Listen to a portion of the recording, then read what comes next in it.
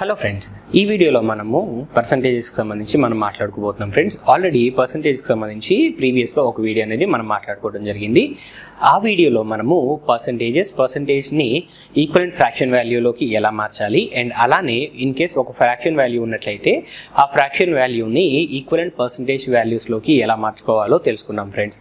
And అలానే percentage concept అనేది ఎప్పుడు యూస్ చేస్తాము, ఎలా యూస్ చేస్తాం అనేది కూడా మనం ప్రీవియస్ వీడియోలో నేర్చుకోవడం జరిగింది.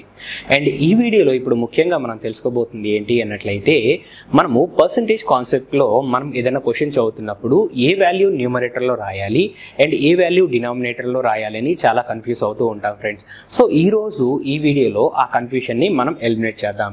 సో చాలా సింపుల్ లాజిక్స్ ద్వారాగా మనం ఏ వాల్యూనైతే న్యూమరేటర్లో రాసుకోవాలో, ఏ వాల్యూని మనం డినామినేటర్లో రాయాలో చాలా సింపుల్ ట్రిక్స్ ద్వారాగా అయితే మనం ఈ వీడియోలో నేర్చుకుందాం ఫ్రెండ్స్. సో ముందుగా నేను కొన్ని ఎగ్జాంపుల్స్ అనేవి ఎక్స్ప్లెయిన్ చేస్తాను ఫ్రెండ్స్. ఎగ్జాంపుల్స్ ఎక్స్ప్లెయిన్ చేసిన తర్వాత అలానే కొన్ని ప్రాబ్లమ్స్ కూడా తీసుకొని మీకైతే సాల్వ్ చేసి చూపిస్తాను. సో ముందుగా అయితే మనం ఎగ్జాంపుల్ అంటే కాన్సెప్ట్ క్లియర్ అవడం కోసం 2-3 ఎగ్జాంపుల్స్ అనేవి చూద్దాము. సో ఇక్కడ మనం ఒక చిన్న క్వశ్చన్ లాగా ఒకటి ఫ్రేమ్ చేస్తున్నాను ఫ్రెండ్స్.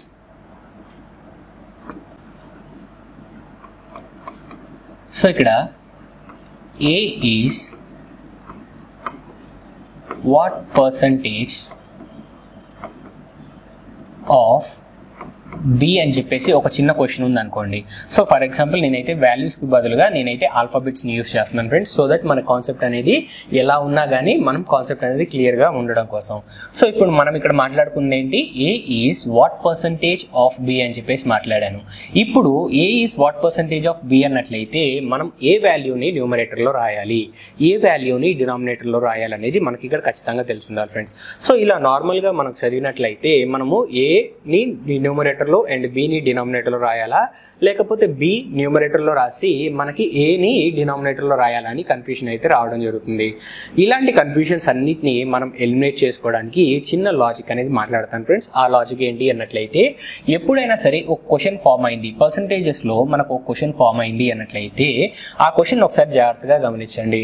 ఎప్పుడైతే మీరు జాగ్రత్తగా గమనిస్తారో మీకు ఓఎఫ్ ఆఫ్ అని చెప్పేసి మనకి ఇక్కడ కనిపిస్తుంది ఫ్రెండ్స్. ఎప్పుడైనా సరే ఓఎఫ్ ఆఫ్ కనిపిస్తుందో ఈ ఆఫ్ తర్వాత మనకి ఏ వాల్యూ అయితే వస్తుందో ఆ వాల్యూ అనేది మనకి ఖచ్చితంగా డినామినేటర్లో ఉండి తీరాలి అని గుర్తుపెట్టుకోండి. జస్ట్ ఓఎఫ్ ఆఫ్ తర్వాత మనకి ఏ వాల్యూ అయితే వస్తుందో ఆ వాల్యూని డినామినేటర్లో రాయాలి. ఇంకా ఆ వాల్యూ కాకుండా అదర్ వాల్యూ ఏదైతే ఉందో ఆ వాల్యూ అనేది న్యూమరేటర్లో ఉండాలి. అంటే ఇప్పుడు A is what percentage of B అని మనం ఫైండ్ అవుట్ చేయాలి అన్నట్లయితే ఇప్పుడు మనం ఏని న్యూమరేటర్లో రాయాలి. ఎందుకని ఆఫ్ తర్వాత వచ్చింది బి కాబట్టి బి డినామినేటర్లో మనం రాసేస్తాం. సో బి డినామినేటర్లో రాసాము అన్నట్లయితే ఇంకా మిగిలిన ఏని మనం న్యూమరేటర్ రాయాలి. మనకి పర్సంటేజెస్లో మనకి ఆన్సర్ కావాలి అంటే ఫైనల్ రిజల్ట్ ఏంటి మనకి పర్సంటేజ్లో కావాలి కాబట్టి మనం ఇంటూ 100 అనేది చేయాల్సి ఉంటుంది. ఏం చేయాలి, ఇంటూ 100 చేయాలి. అంటే ఇప్పుడు A is what percentage of B అన్నట్లయితే మనం ఎలా ఫైండ్ అవుట్ చేస్తాము, A divided by B into 100 చేసినట్లయితే మనకి ఫైనల్ ఆన్సర్ అనేది రావడం జరుగుతుంది ఫ్రెండ్స్. ఇన్ కేస్ మనకి ఆల్ఫాబెట్స్ బదులు నెంబర్స్ ఉన్నట్లయితే మనకి ఫైనల్ రిజల్టెంట్ అనేది ఒక న్యూమరికల్ వాల్యూ వచ్చేది. నేను ఆల్ఫాబెట్స్ తీసుకున్నాను కాబట్టి మనం ఎలా ఫైండ్ అవుట్ చేయాలనే దానిపైన మనం ఈ విధంగా అయితే మనం మాట్లాడుకుంటున్నాం. సో ఇదే క్వశ్చన్ని మనకి వేరేలా అడిగారు అనుకుందాం. So B is what percentage of A అని చెప్పేసి అడిగారు అనుకుందాం. జస్ట్ ఏం లేదు, ఆ వాల్యూస్ అనేవి మార్చి రాశాను. ఇప్పుడు మనం ఏం చేయాలి అన్నట్లయితే మనకి ఇక్కడ ఏ వాల్యూస్ అనేవి తీసుకోవాలి, ఇంతకు ముందులానే ఏ బై బి ఇంటూ 100 మనం చేస్తామా, 100 చేయడానికి ఇలా చేయడానికి వీల్లేదు. ఎందుకు అన్నట్లయితే మన కాన్సెప్ట్ ఏమని మాట్లాడుకున్నాం, మన లాజిక్ ఏమని మాట్లాడుకున్నాం, ఓఎఫ్ ఆఫ్ తర్వాత మనకి ఏదైతే వాల్యూ వస్తుందో ఆ వాల్యూ డినామినేటర్లో ఉండాలి. మరి ఇక్కడేమో మనం ఇక్కడ ఏం చేసాం, డైరెక్ట్గా ఏ బై బి ఇంటూ 100 చేసాం. డైరెక్ట్గా ఏ ఏమో న్యూమరేటర్లో రాసాం, బి ఏమో డినామినేటర్లో రాసాము, ఇంటూ 100 చేసాం. మరి అదే విధంగా మళ్ళీ ఇక్కడ డైరెక్ట్గా మనం ఇదే విధంగా చేయొచ్చా అంటే ఏ బై బి ఇంటూ 100 డైరెక్ట్గా చేయొచ్చా అన్నట్లయితే చేయకూడదు. ఎందుకని ఇక్కడ వర్కౌట్ అయింది కదా, ఇక్కడ ఎందుకు వర్కౌట్ అవ్వదు అన్నట్లయితే మన లాజిక్ ఏంటి, ఇక్కడ ఓఎఫ్ ఆఫ్ తర్వాత ఫాలో అవుతూ మనకి ఏ వాల్యూ అయితే వచ్చిందో ఆ వాల్యూ మాత్రమే మనకి డినామినేటర్లో ఉండాలి. అంటే ఇక్కడ రైట్ ఆన్సర్ ఏమవుతుంది, ఇక్కడ డినామినేటర్లో ఏ రాయాల్సి ఉంటుంది. ఏం రాయాలి, ఏ రాయాలి. ఎందుకని ఓఎఫ్ ఆఫ్ తర్వాత మనకి ఎవరు ఉన్నారు, ఏ ఉన్నారు. సో ఖచ్చితంగా ఆఫ్ తర్వాత ఏదైతే వాల్యూ ఉందో ఆ వాల్యూ మనము డినామినేటర్లో రాయాల్సి ఉంటుంది. నెక్స్ట్ ఇంకా మనకు మిగిలిన ఏంటి ఫ్రెండ్స్, ఇక్కడ బి. ఈ బి ఏం చేయాలి, మనము న్యూమరేటర్లో రాయాలి. ఇంటూ మనకి పర్సంటేజెస్లో మనకు ఆన్సర్ కావాలి. ఎందుకని పర్సంటేజే కదా మనకి అడిగింది.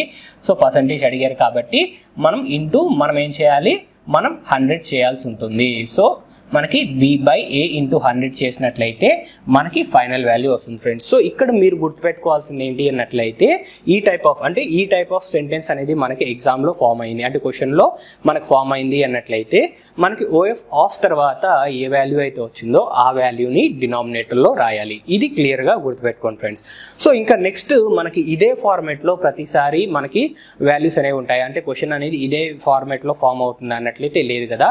సో వేరే ఫార్మేషన్ లో కూడా మనకి క్వశ్చన్స్ అనేవి ఫామ్ అవ్వచ్చు. సో అలాంటప్పుడు ఏం చేయాలనేది కూడా ఒకసారి చూద్దాం ఫ్రెండ్స్. సో సింపుల్ గా నార్మల్ రెగ్యులర్ గా మనకి ఇదే ఫార్మేట్ లో ఉంటుంది.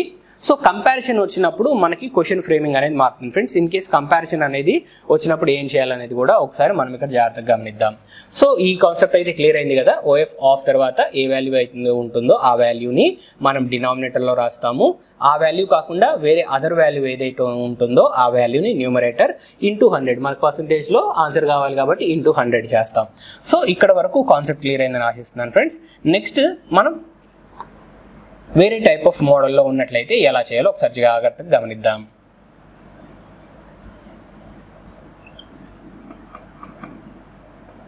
A is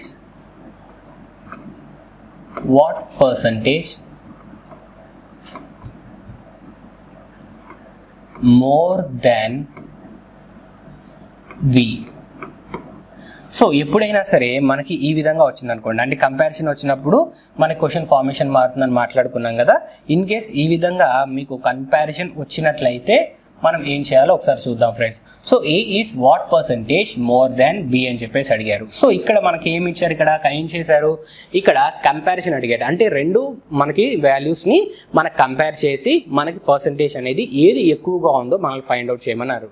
దట్టు ఇక్కడ మనం చూసినట్లయితే A is what percentage more than B అని చెప్పేసి మాట్లాడారు. అంటే ఖచ్చితంగా మనకి ఇక్కడ ఏంటి, ఏ అనేవాడు బి కన్నా, అంటే ఏ అనే వాల్యూ బి కన్నా ఎక్కువ అని చెప్పేసి మనకి క్వశ్చన్ చదవగానే అర్థమవుతుంది. అయితే ఇప్పుడు మనం కంపేర్ చేయాల్సింది ఎవరిని కంపేర్ చేయాలి.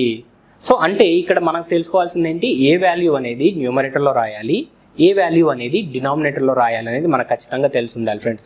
సో ఇక్కడ మనకి ఇక్కడ కీవర్డ్ ఏమవుతుంది అన్నట్లయితే ఇక్కడ మోర్ అనేది మనకి ఇక్కడ కీవర్డ్ అవుతుంది. ఎందుకని, ఫర్ ఎగ్జాంపుల్గా నేను ఏకి సంబంధించిన వాల్యూని లేదా బికి సంబంధించిన వాల్యూస్ని నేను ఏదో ఒక రఫ్గా ఒక వాల్యూస్ అనేవి తీసుకుంటున్నాను ఫ్రెండ్స్. ఫర్ ఎగ్జాంపుల్ నేను 100గా నేను తీసుకున్నట్లయితే మనకి అనేది ఫర్ ఎగ్జాంపుల్ నేను ఒక 125 తీసుకుంటున్నాను.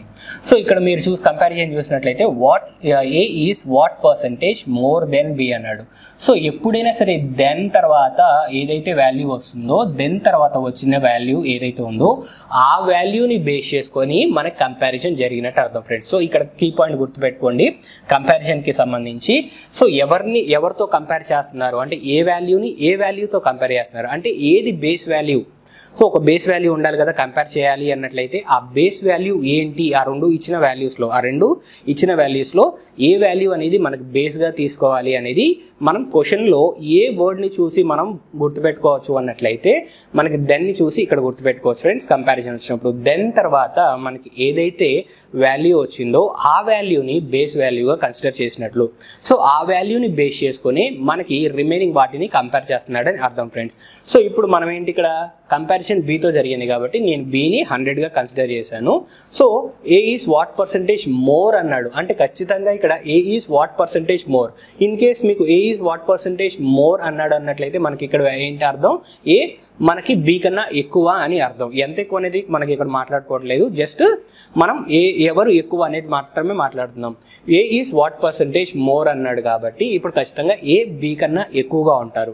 ఇన్ కేస్ మీరు క్వశ్చన్ చదివేటప్పుడు మీకు ఆ వాల్యూ అని అంటే ఆ సెంటెన్స్ మీకు అర్థం కాలేదు అనుకోండి, ఫర్ ఎగ్జాంపుల్ మీకు ఆ సెంటెన్స్ అర్థం కాలేదు అంటే ఎవరు ఎక్కువ ఎవరు తక్కువ అనేది మీకు అర్థం కాలేదు అనుకుందాం.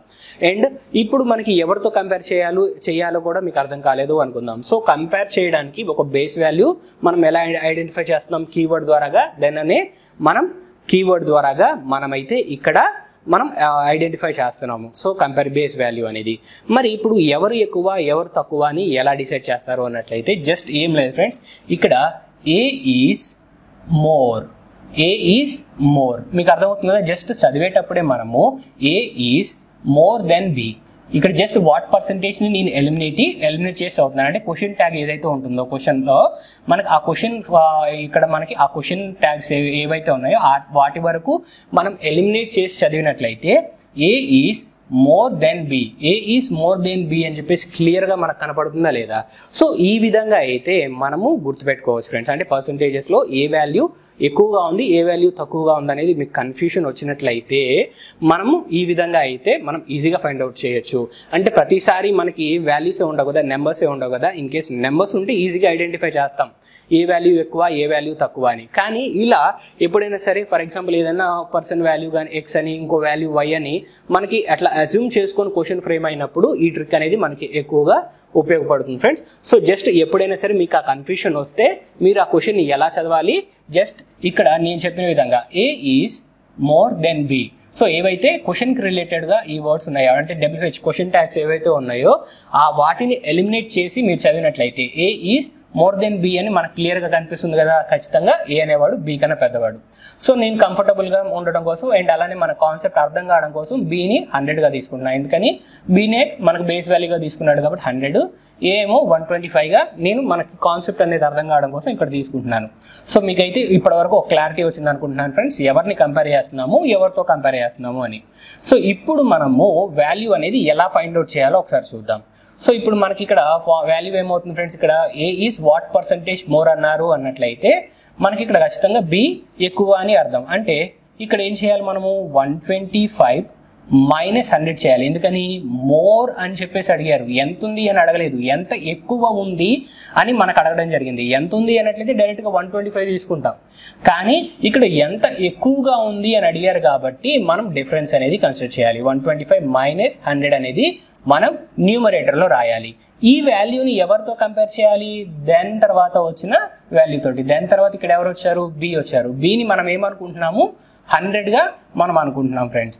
సో నెక్స్ట్ మనం ఏం చేయాలి, పర్సంటేజ్ లో మనకి వాల్యూ కావాలి కాబట్టి ఇంటూ 100 అనేది చేస్తాం. సో ఇప్పుడు మనకి 125 మైనస్ 100 అన్నట్లయితే వాల్యూ 25 అవుతుంది. డినామినేటర్ లో 100 ఉంటుంది అండ్ ఇంటూ 100 క్యాన్సిల్ అవుతుంది. అంటే ఫైనల్ గా మనకి వాల్యూ ఎంత వస్తుంది ఫ్రెండ్స్, ఇక్కడ 25% అనేది మనకి ఫైనల్ వాల్యూ వచ్చింది.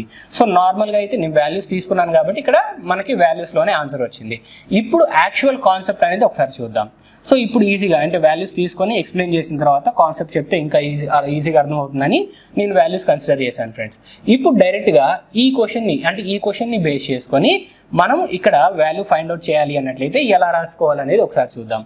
ఇప్పుడు మనం ఏం చేస్తున్నాము, ఏ ఈజ్ మోర్ దెన్ బి కాబట్టి అండ్ అలానే మనం ఏనే కంపేర్ చేస్తున్నాము బి తోటి, అంటే బిని బేస్ గా తీసుకొని కంపేర్ చేస్తున్నాం. ఎంత ఎక్కువగా ఉందో ఫైండ్ అవుట్ చేయాలి, ఎంత ఎక్కువగా ఉందో ఫైండ్ అవుట్ చేయాలి. దట్ మనకి ఏ మోర్ అని మనకు అర్థమవుతుంది కాబట్టి ఇక్కడ ఏ మైనస్ బి అనేది మనం రాసుకోవాలి. న్యూమరేటర్ లో ఏం చేయాలి, A minus B. A is more than B కాబట్టి మనకి పెద్ద వాల్యూలో ఉంచే కదా ప్రతిసారి చిన్న వాల్యూ తీయాల్సింది. సో ఏ మైనస్ బిగా మనం రాసుకుంటాం. డినామినేటర్ లో ఎవరిని రాయాలి, దెన్ తర్వాత ఎవరైతే ఉన్నారో వారిని రాయాలి. ఇక్కడ ఎవరున్నారు, బి ఉన్నారు. ఆ బిని ఇక్కడ మనం రాసేస్తాం. మనకి ఫైనల్ రిజల్టెంట్ వాల్యూ పర్సంటేజ్ లో కావాలి కాబట్టి ఇంటూ మనం 100 చేస్తాం అనమాట. సో ఇప్పుడు మనకి ఇక్కడ ఫైనల్ వాల్యూ అనేది వస్తుంది. ఇందాక వాల్యూస్ నెంబర్స్ లో తీసుకున్నాం కాబట్టి ఫైనల్ రిజల్టెంట్ తీసాము. కానీ ఈ కాన్సెప్ట్ కి మనం ఎలా రాసుకోవాలి, ఈ విధంగా అయితే మనం కన్సిడర్ చేసి రాసుకోవాల్సి ఉంటుంది ఫ్రెండ్స్. సో ఈ కన్ఫ్యూజన్ అనేది మళ్ళీ ఇంకొంచెం క్లారిటీ తీసుకురావడం కోసం ఇదే క్వశ్చన్ని మనం జస్ట్ ఒకసారి రివర్స్ చేసి ఇంతకు ముందులాగా జస్ట్ సెంటెన్స్ అనేది కొంచెం మార్చి మనం ఎలా ఫైండ్ అవుట్ చేయాలో కూడా ఒకసారి చూద్దాం. సో ఈ కాన్సెప్ట్ క్లియర్ అయింది కదా, ఎవరిని కంపేర్ చేస్తున్నాము, ఎవరితో కంపేర్ చేస్తున్నాము అని చెప్పేసి. సో ఈ క్లారిటీ అయితే మీకు వచ్చిందని ఆశిస్తున్నాను ఫ్రెండ్స్. సో ఇదే కాన్సెప్ట్ని బేస్ చేసుకుని మరొక మోడల్ అంటే మరొక విధంగా ఈ క్వశ్చన్ని ఫ్రేమ్ చేసి మళ్ళీ క్లారిటీ అనేది తీసుకుందాం.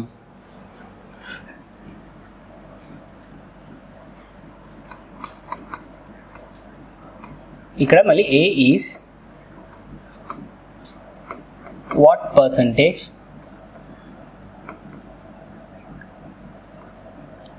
less than B. సో ఇక్కడ మనం చేస్తుంది ఏంటి friends, A is what percentage less than B అని చెప్పేసి మనం మాట్లాడుతున్నాం ఫ్రెండ్స్. సో ఇప్పుడు మనం ఇందాక మాట్లాడుకున్న ట్రిక్స్ ఏవైతే ఉన్నాయో ఆ ట్రిక్స్ని యూస్ చేసుకుని ఇప్పుడు క్వశ్చన్ని అర్థం చేసుకునే ప్రయత్నం చేద్దాం. సో ఇక్కడ మీరు గమనించినట్లయితే A is less than B మనకేం అర్థమవుతుంది, A is less than B అని మనకు అర్థమవుతుంది. అండ్ ఇప్పుడు ఎవరితో కంపేర్ చేస్తే మనకి లెస్ అవుతుంది, దెన్ బి అంటే దెన్ తర్వాత ఎవరు వచ్చారు, బి వచ్చారు. అంటే బితో కంపేర్ చేస్తే మనకి ఏ అనేది లెస్ గా ఉంది. సో మనకి కాన్సెప్ట్ అనేది క్లియర్ అవడం కోసం నేను మళ్ళీ మనకి ఏకి అండ్ బికి నేను వాల్యూస్ అనేవి అసైన్ చేస్తున్నాను. తర్వాత డైరెక్ట్ గా ఎలా చేయాలనేది కూడా ఒకసారి మళ్ళీ మాట్లాడుకుందాం. సో మనకి కంపేర్ చేస్తుంది ఎవరితోటి, బితో కంపేర్ చేస్తున్నారు కాబట్టి నేను బిని 100 గా తీసుకుంటున్నా. ఏ ఈజ్ లెస్ అని చెప్పేసి మనకు క్లియర్ గా కనిపిస్తుంది కదా, ఏ ఈజ్ లెస్ దెన్ బి అని మన క్వశ్చన్ లో క్లియర్ గా కనిపిస్తుంది. అంటే ఏ మనకి బి కన్నా తక్కువ వాల్యూ అనేది మనం కన్సిడర్ చేయాలి. సో నేను 75ని నేను బికి అసైన్ చేస్తున్నాను ఫ్రెండ్స్. సో ఇక్కడ క్వశ్చన్లో ఏం లేదు, మనకి కాన్సెప్ట్ అర్థం కావడం కోసం ఈ వాల్యూస్ అనేవి నేను తీసుకుంటున్నాను. సో ఇప్పుడు మనం ఏం చేయాలి, ఏ అనేది ఎంత పర్సెంటేజ్ లెస్ అనేది మనం ఫైండ్ అవుట్ చేయాలి. అంతేకాని బితో కంపేర్ చేస్తే ఏ ఎంత ఉందో మనం ఫైండ్ అవుట్ చేయడం ఇక్కడ కాదు. ఎందుకని ఇక్కడ కీవర్డ్ ఏంటి, లెస్ అని చెప్పేసి అడుగుతున్నాడు కదా. సో ఇక్కడ లెస్ దెన్ ఎంత తక్కువగా ఉందో మనకు ఫైండ్ అవుట్ చేయడమే ఇక్కడ మన టార్గెట్ అన్నమాట. సో ఇక్కడ మనం ఫైండ్ అవుట్ చేయాల్సింది ఏంటి, ఎంత పర్సెంటేజ్ లెస్ గా ఉందో మనం ఫైండ్ అవుట్ చేయాలి. సో నెక్స్ట్ మనం ఇక్కడ తీసుకోవాల్సింది ఏంటి ఫ్రెండ్స్, ఇక్కడ మనము ఆ డిఫరెన్స్ అనేది కన్సిడర్ చేయాలి. మరి డిఫరెన్స్ అనేది ఎలా కన్సిడర్ చేస్తాం, ప్రతిసారి మనకి హైయెస్ట్ వాల్యూ మైనస్ లోయెస్ట్ వాల్యూవే కదా మనం చేసేది. సో 100 మైనస్ 75 అనేది న్యూమరేటర్ లో మనం రాయాల్సి ఉంటుంది. అండ్ డినామినేటర్ లో వాల్యూ ఏ రాయాలి, దెన్ తర్వాత ఎవరైతే ఉంటారో వారిని మనము డినామినేటర్ లో రాయాలి. మరి బికి సంబంధించిన వాల్యూ డినామినేటర్, బికి సంబంధించిన వాల్యూ ఎంత 100ని నేను డినామినేటర్ లో రాశాను. నాకు పర్సంటేజ్ లో నాకు ఫైనల్ ఆన్సర్ కావాలి కాబట్టి ఇంటూ 100 అనేది ఇక్కడ నేను రాస్తున్నాను ఫ్రెండ్స్. సో 100 మైనస్ 75 అన్నట్లయితే వాల్యూ ఎంత 25. అండ్ మనకి డినామినేటర్ లో 100 అలానే ఉంది అండ్ ఇంటూ 100 అలానే ఉంది friends. So 100 and 100 cancel and again మనకి ఎంత వాల్యూ వచ్చింది ఇక్కడ 25% అనేది మనకు రావడం జరిగింది ఫ్రెండ్స్. సో ఇప్పుడు సొల్యూషన్ చేసే పద్ధతి ఏంటి మనకి ఇక్కడ, ఇప్పుడు ఈ కాన్సెప్ట్ మనకు అర్థమైంది కాబట్టి ఈ కాన్సెప్ట్ ని బేస్ చేసుకొని మనము ఈ వాల్యూస్ ని అంటే వితౌట్ మనకి ఏకి బికి వాల్యూస్ అసైన్ చేయకపోయినా మనం ఈ ప్రాబ్లమ్ ని ఎలా సాల్వ్ చేయాలి అంటే అక్కడ వర్కౌట్ అయిన కాన్సెప్ట్ ఏంటి అనేది ఒకసారి చూద్దాం. సో ఇక్కడ మనకి ఏంటి ఫ్రెండ్స్, ఇక్కడ బిగ్గెస్ట్ వాల్యూ అంటే A is what percentage less than B అన్నాడు. అంటే ఏ ఈజ్ లెస్ దెన్ అని మనకు అర్థమవుతుంది కదా. అంటే ప్రతిసారి మనము గ్రేటర్ లో నుంచి లెసర్ వాల్యూ తీయాలి. అంటే ఇక్కడ గ్రేటర్ వాల్యూ ఎవరు బి అండ్ ఇక్కడ లెసర్ వాల్యూ ఎవరు ఏ. సో బి మైనస్ ఏ అనేది మనం రాసుకోవాల్సి ఉంటుంది. మనం ఎవరితో కంపేర్ చేస్తున్నాము, బితో కంపేర్ చేస్తున్నాము. కంపేర్ చేస్తున్న బి వాల్యూ ఏం రాయాలి, డినామినేటర్ లో రాయాలి. డినామినేటర్ లో రాసిన తర్వాత మనం ఏం చేస్తాము, మనకి పర్సంటేజ్ లో వాల్యూ కావాలి కాబట్టి ఇంటూ 100 అనేది మనం చేయాల్సి ఉంటుంది. ఇంటూ 100 చేస్తే మనకి ఫైనల్ రిజల్టెంట్ అనేది రావడం జరుగుతుంది ఫ్రెండ్స్. సో ఈ విధంగా అయితే మనము ఈ కాన్సెప్ట్ లో ప్రాబ్లమ్స్ అనేవి సాల్వ్ చేస్తాం ఫ్రెండ్స్. అంటే ఏ వాల్యూని న్యూమరేటర్ రాయాలి, ఏ వాల్యూ డినామినేటర్ రాయాలో మీకు ఈ ఎగ్జాంపుల్స్ ద్వారాగా మీకు అర్థమైందని ఆశిస్తున్నాను ఫ్రెండ్స్. ఇక 2 ఎగ్జాంపుల్ ప్రాబ్లమ్స్ అనేవి తీసుకొని నేను సాల్వ్ చేసి మీకు ఈ కాన్సెప్ట్ పైన క్లారిటీ అనేది తీసుకొస్తాను. సో క్వశ్చన్ అనేది ఏ విధంగా ఫ్రేమ్ అవుతుందో చూసాము అండ్ వాటిని బేస్ చేసుకొని మనం న్యూమరేటర్ అండ్ డినామినేటర్ వాల్యూస్ ఎలా తీసుకోవాలనేది కూడా మనం ఇప్పుడు మాట్లాడుకున్నాం కదా. నెక్స్ట్ ఎగ్జాంపుల్ ప్రాబ్లమ్స్ అనేవి చూద్దాం. సో ఇదే కాన్సెప్ట్ ని బేస్ చేసుకొని కొన్ని ఎగ్జాంపుల్ ప్రాబ్లమ్ అనేది తీసుకోవడం జరిగింది ఫ్రెండ్స్. సో ఇక్కడ మనం చూసినట్లయితే if A salary is 30% more than B's, B salary is what percentage less than A salary అని చెప్పేసి అడుగుతున్నారు.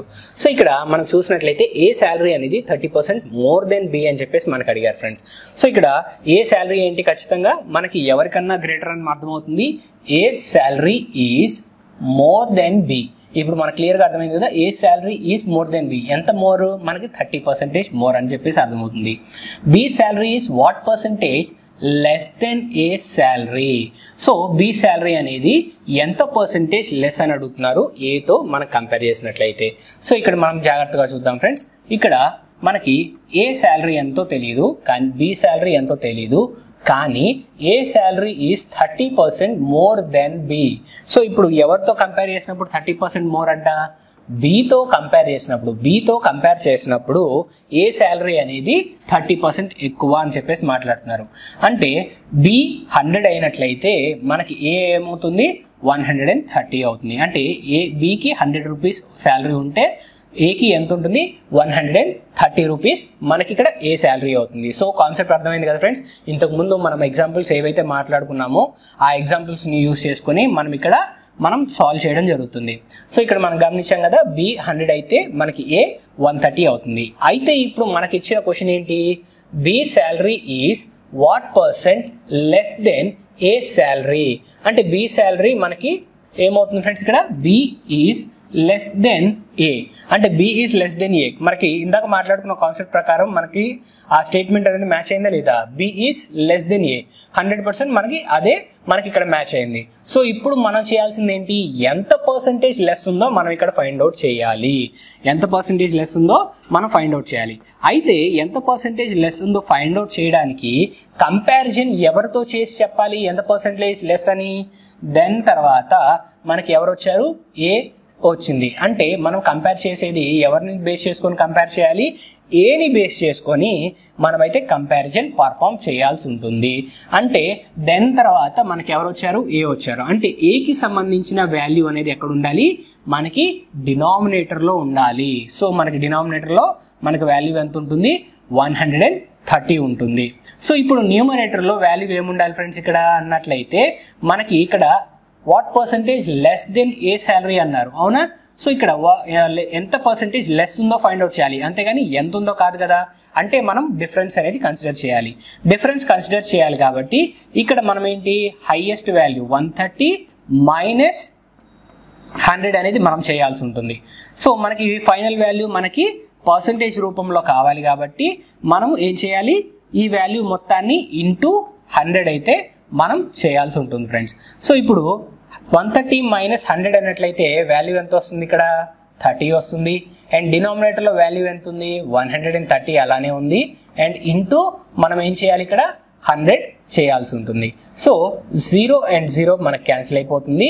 3/13 ఇంటూ 100 అన్నట్లయితే మనకు వాల్యూ ఎంత వస్తుంది అన్నట్లయితే 23.077% అనేది మనకి సింప్లిఫై చేసిన తర్వాత మనకి రావడం జరుగుతుంది ఫ్రెండ్స్. సో ఇప్పుడు బి శాలరీ అనేది మనకి ఎంత లెస్ అని చెప్తున్నారు, ఏ శాలరీతో కంపేర్ చేస్తే 23.077%. దట్ మీన్స్ అప్రాక్సిమేట్గా 23% మనకి లెస్ అవుతుంది ఫ్రెండ్స్. సో రౌండ్ ఆఫ్ చేసినట్లయితే మనకి 23% మనకి ఇక్కడ బి శాలరీ అనేది ఏ శాలరీతో కంపేర్ చేస్తే మనకి లెస్ అవుతుంది. సో కాన్సెప్ట్ అర్థమైంది కదా. సో ఇక్కడ మనం గుర్తుపెట్టుకోవాల్సింది ఏంటి, మనకి ఏ వాల్యూని మనము న్యూమరేటర్ రాసుకోవాలి అండ్ అలానే ఏ వాల్యూని డినామినేటర్లో రాసుకోవాలో మనకి ఇక్కడ తెలిసి ఉండాలి.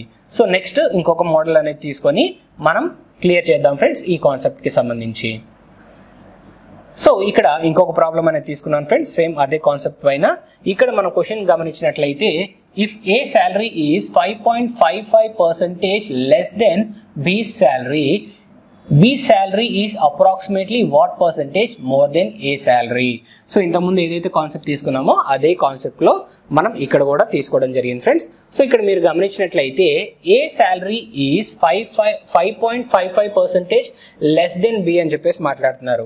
అంటే ఇక్కడ బితో కంపేర్ చేసినప్పుడు ఏ శాలరీ ఎలా ఉంది, లెస్ గా ఉంది. ఎంత లెస్ ఉంది, 5.55% మనకి లెస్ గా మనకు కనిపిస్తుంది ఫ్రెండ్స్. అంటే ఇప్పుడు నేను ఏ అండ్ బిగా మనం ఇక్కడ కన్సిడర్ చేస్తున్నాం, ఏ అండ్ బిగా కన్సిడర్ చేస్తున్నాను. సో ఇక్కడ 5.55% ని నేను ఎలా రాసుకోవచ్చు ఫ్రెండ్స్, ఇక్కడ 5.55 55% అనేది నాకు ఈక్వలెంట్ ఫ్రాక్షన్ వాల్యూగా తీసుకుంటే, సో ఈక్వలెంట్ ఫ్రాక్షన్ వాల్యూగా నేను కన్సిడర్ చేసినట్లయితే నాకు 1/18 అనేది మనకి ఇక్కడ రావడం జరుగుతుంది ఫ్రెండ్స్. ఎంత వస్తుంది? 1/18 అవుతుంది. సో 5.55%కి ఈక్వలెంట్ ఫ్రాక్షన్ వాల్యూ ఎంత? 1/18. ఆల్రెడీ మనం ప్రీవియస్ వీడియోలో మనం నేర్చుకున్నాం కదా పర్సంటేజ్కి ఈక్వలెంట్ ఫ్రాక్షన్ వాల్యూస్, అండ్ అలానే ఫ్రాక్షన్ వాల్యూకి ఈక్వలెంట్ పర్సంటేజ్ వాల్యూస్ అనేవి బై హార్ట్ చేసి తీరాలి అని చెప్పేసి. సో ఇక్కడ మనకి 5.55% ఇచ్చారు. నార్మల్గా మనం 100కి మనకి నార్మల్ వాల్యూస్ ప్రకారంగా చేసినట్లయితే మన క్యాలిక్యులేషన్స్ అనేవి మనకి హెవీగా వస్తాయి. అందుకోసమనే మనము ఫ్రాక్షన్ వాల్యూస్కి ఈక్వలెంట్ పర్సంటేజ్ వాల్యూ, పర్సంటేజ్కి ఈక్వలెంట్ ఫ్రాక్షన్ వాల్యూ అనేది మనం నేర్చుకోవడం జరిగింది ఫ్రెండ్స్. సో ఎప్పుడైనా సరే ఇక్కడ డినామినేటర్లో ఏమవుతుంది, ఇక్కడ ఎప్పుడైనా సరే మనకి ఈ విధంగా మనం మార్చుకున్న తర్వాత డినామినేటర్లో ఉన్న వాల్యూ అనేది మనకి 100%కి ఈక్వల్ అవుతుంది ఫ్రెండ్స్. డినామినేటర్లో ఉన్న వాల్యూ ఎంత పర్సంటేజ్కి ఈక్వల్? 100%కి ఈక్వల్. అండ్ న్యూమరేటర్లో ఉన్న వాల్యూ మనకి ఏ పర్సంటేజ్కి ఈక్వల్ అవుతుందంటే మనం తీసుకున్న వాల్యూ అంటే 5.55% అన్నట్లయితే 1 పార్ట్ అవుతుంది, అండ్ 100% అన్నట్లయితే మనకి 18 పార్ట్స్ అవుతుంది ఫ్రెండ్స్. సో డినామినేటర్లో ఉన్నది 100%కి ఈక్వల్ అని మీరు గుర్తుపెట్టుకోండి. సో ఇప్పుడు కంపారిజన్ ఎవరితో జరిగింది? మనకి ఇక్కడ A salary is 5.55% less than B అన్నారు, అంటే కంపారిజన్ బితో జరిగింది. అంటే బిని నేను ఎలా కన్సిడర్ చేయొచ్చు? 18 పార్ట్స్ గా నేను కన్సిడర్ చేయొచ్చు, ఎందుకని కంపేర్ చేస్తుంది బితో కాబట్టి. బిని నేను 100గా తీసుకుంటే 100ని నేను ఇక్కడ ఎలా మనకి ఫ్రాక్షన్ లో ఎలా తీసుకున్నాం? 18 పార్ట్స్ గా తీసుకున్నాం. సో 18ని నేను ఇక్కడ కన్సిడర్ చేశాను. అండ్ నెక్స్ట్ మనము A salary is 5.55% less than B, అంటే బి కన్నా 5.55% లెస్ అని చెప్పేసి మాట్లాడాం. 5.55% అన్నట్లయితే ఫ్రాక్షన్ లో మనకి ఎంత పార్ట్ కి ఈక్వల్? 1 పార్ట్ కి ఈక్వల్. అంటే 1 పార్ట్ లెస్ అని చెప్పేసి మనం మాట్లాడుతున్నాం కదా క్వశ్చన్ లో. సో ఏకి బిలోంచి మనము 1 పార్ట్ రెడ్యూస్ చేసినట్లయితే ఏకి సంబంధించిన వాల్యూ వస్తుంది. 18 - 1 అన్నట్లయితే వాల్యూ ఎంత? 17. ఈ 17 అనేది ఏకి సంబంధించిన వాల్యూ అవుతుంది ఫ్రెండ్స్. అదే నార్మల్ గా మనము 100% తీసుకొని అందులో 5.55% రెడ్యూస్ చేయడం లాంటిది చేస్తే మనకి వాల్యూస్ అనేవి పెద్ద వాల్యూస్ వస్తాయి, అండ్ వాటితో క్యాలిక్యులేషన్ చేయడం హెవీ అనిపిస్తుంది. కాబట్టి ఇప్పుడు మనము ఇక్కడ ఫ్రాక్షన్ కాన్సెప్ట్ ని అంటే ఫ్రాక్షన్స్ కాన్సెప్ట్ ని మనం వాడుకుంటున్నాం. సో ఆల్రెడీ మనం ప్రీవియస్ గా డిస్కస్ చేశాం కదా ఫ్రాక్షన్స్ అండ్ పర్సంటేజ్ వాల్యూస్ కి సంబంధించి. సో ఆ కాన్సెప్ట్ ని అయితే మనం ఇక్కడ యూజ్ చేసుకుంటున్నాం ఫ్రెండ్స్. నెక్స్ట్ ఇక్కడ మనము గమనించినట్లయితే మనకి ఏ అండ్ బికి సంబంధించి వాల్యూస్ అనేవి మనం రాసుకున్నాం. ఇప్పుడు యాక్చువల్ క్వశ్చన్ సాల్వ్ చేద్దాం. సో ఇక్కడ B salary is approximately what percentage more than A salary అన్నారు. What percentage more than A salary. ఇప్పుడు కంపేర్ చేస్తుంది ఎవరితో కంపేర్ చేస్తున్నాం మనము? దెన్ తర్వాత వచ్చింది ఎవరు? ఏ. అంటే కంపారిజన్ అనేది ఎవరితో చేయాలి? ఏతో చేయాలి. ఎవరిని కంపేర్ చేయాలి? బిని కంపేర్ చేయాలి. సో ఇక్కడ మనకి డైరెక్ట్ గా బిని కంపేర్ చేయమన్నారా, బి అనేది ఎంత ఎక్స్ట్రాగా ఉన్నదో కంపేర్ చేయమన్నారా? ఇక్కడ మోర్ అనే పదం వాడారు. మోర్ అనే పదం వాడారు కాబట్టి మనం ఇప్పుడు ఏం మాట్లాడొచ్చు? సో బి అనేది ఏ కన్నా ఎంత ఎడిషనల్ గా ఉందో మనము ఇక్కడ ఫైండ్ అవుట్ చేయాలి. సో అది కూడా మనకి పర్సంటేజ్ రూపంలో, అవునా? సో ఇప్పుడు మనకి బేస్ లో అంటే డినామినేటర్ లో మనకు వాల్యూ ఏమవుతుంది? ఇక్కడ ఏకి సంబంధించిన వాల్యూ మనం డినామినేటర్ లో రాయాలి. ఏకి సంబంధించిన వాల్యూ ఎంత?